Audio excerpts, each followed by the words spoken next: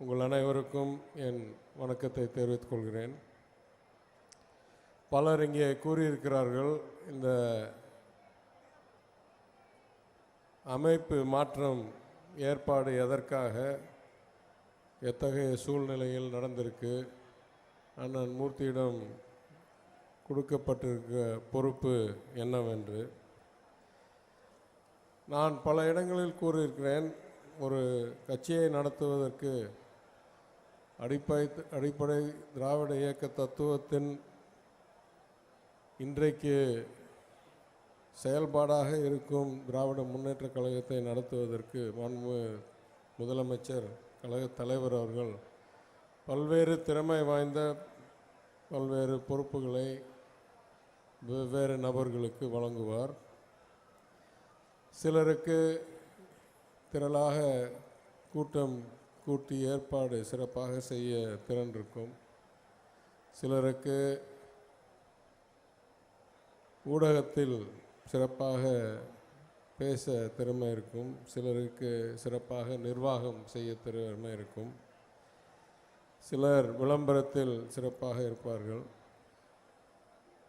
ஆனால் ஒரு அரசியல் கட்சிக்கு, ஒரு தத்துவ இயக்கத்துக்கு இருக்கிறதுலேயே முக்கிய இலக்கும் அதை செயல்படுத்தும் திறமையும் தேர்தலில் வெற்றி பெறுகிறது.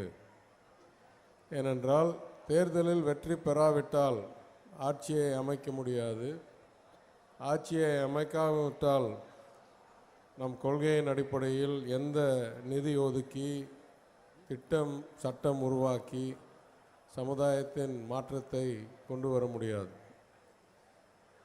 அந்த அடிப்படையில் பார்த்தால் இறுதி சுமார் 20 ஆண்டுகள் வரலாற்றில் மதுரை மாவட்டத்தில் நமக்கு அந்த அளவுக்கு பெரிய வெற்றி பெற்றதில்லை. இருக்கிற 10 தொகுதியில், இன்னும் குறிப்பாக 2016 தேர்தலில் 10 தொகுதிகளில் வெறும் 2 தொகுதிகள் தான் வெற்றி பெற்றோம்.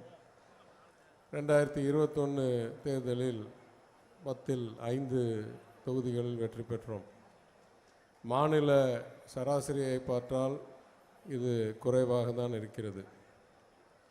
அதேபோல் உள்ளாட்சி தேர்தல் நடந்தபோது பல தொகுதிகளில் 100% வெற்றி பெற்ற சூழ்நிலையில் மேற்கு தொகுதியில் சுமார் 28-30% மாமன்ற உறுப்பினர் பொறுப்புகளில் வெற்றி பெறவில்லை.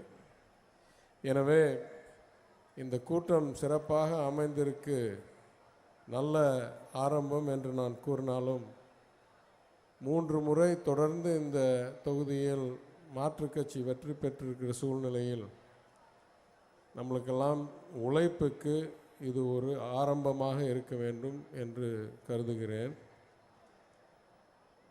எந்த தொகுதியிலும் தொடர்ந்து 3-4 முறை தோல்வி அடைந்த பிறகு மாற்றத்தை உருவாக்குவது கூடுதல் கடினமாக இருக்கும். எனினும் அண்ணன் மூர்த்தி அவர்கள் பல திறமை வாய்ந்தவர், பல கையில் நிறைய வைத்திருக்கிறவர். எனவே இந்த இலக்கை இந்த முறை உறுதியாக அடைவோம் என்று கருதி நீங்கள் எல்லாரும் வேறுபாடை விட்டுவிட்டு ஒற்றுமையாக செயல்பட்டு,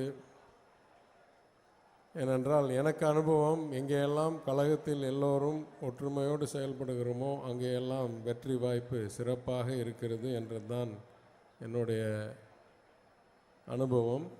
அதுதான் மாநில அளவில் உண்மை.